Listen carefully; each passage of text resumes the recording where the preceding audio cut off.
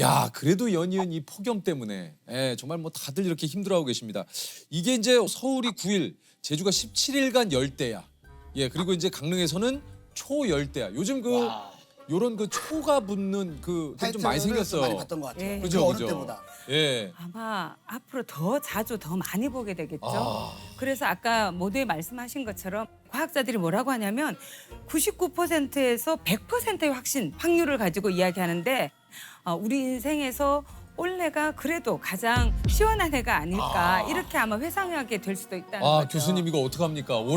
올해 제일 덥다고 지금 난리 네. 뭐 이제 세상이 이렇게 시끄러운데 이게 제일 시원한 여름이었다로 기억되면은 이거 앞으로의 여름은 어떻게 된다는 얘기예요?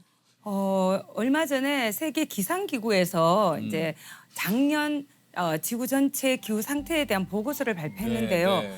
이미 전 지구 평균 온도가 산업화 이전 온도, 우리가 산업화 이전 온도라 그랬을 때는 1850년에서 그렇죠. 1900년 사이 평균 온도를 이야기하는데 이미 1.15도가 올랐어요. 근데 1.15도 별로 그렇게 크게 네, 안 그게, 느껴지잖아요. 체감적으로는 생각보다는 많이 안 올랐네? 아, 이럴 예. 수 있는데. 근데 왜냐면 이게 우리 몸에 예를 들면 1도의 온도 변화가 있었다, 체온에. 어떨 것 같으세요? 미열이 생겨도 굉장히 우리가 그렇죠. 몸에 예, 열이 있다. 그러니까 그럴 때 우리 몸 상태가 다르죠, 정상일 때와. 그러니까 지금도 마찬가지예요. 그래서 그로 인해서 발생하는 게 기후 변화예요. 그러니까 네. 극단적인 기상 현상이 나타나는 거죠. 비가 오더라도 너무 많이 오고 그러니까 한꺼번에 그냥 예, 폭우가 쏟아지고. 쏟아지고 또 홍수가 발생하고 그래요. 파키스탄 같은 경우에도 사실 국토의 3분의 1 이상이 잠겼고요. 1,700명 정도가 사망을 했습니다. 또 우박이 내리지 않는 기간에 막 내리게 되고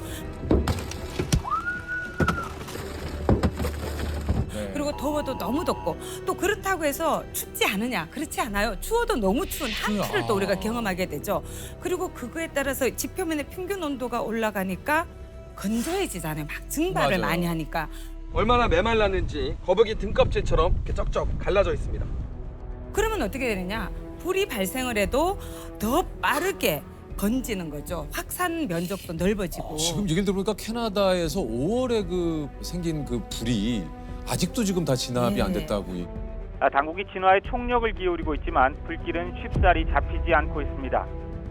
뉴욕은 도시 전체가 옅은 오렌지빛으로 보여서 마치 화성 같다는 얘기까지 나오고 있습니다. 하와이 마우이 섬에 현지 시간 9일 대형 산불이 덮쳤습니다. 허리케인이 키운 산불이 급속도로 번졌습니다. 전국 각지에서 산불이 발생한 가운데 야간에도 진화 작업이 계속되고 있습니다. 근데 이게 또 악순환을 만들어냅니다. 왜냐하면 불에 타버리게 되면은 그 나무에 있던 탄소가 다시 이산화탄소가 돼서 배출이 되고요. 또 그만큼 나무가 많이 사라지니까 대기 중에 CO2를 흡수하는 그런 저장고 역할을 하는 나무가 그만큼 줄어든다는 거죠. 그러니까 기후 변화로 인해서 산불이 더 심각해지지만 그 산불로 인해서 기후 변화가 더 또 심각해지는 상호가 악순환 관계로 맞물리게 되는 거죠.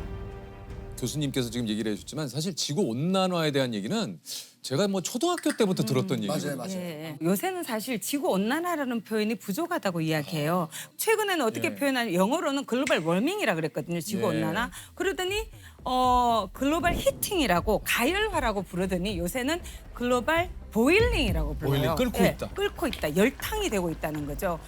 유엔 사무총장 구테우스라는 분이 뭐라고 네. 말씀하셨냐면 지구 온난화의 시대는 이제 끝나고 끝났다. 지구 열탕화의 시대로 접어들었다고.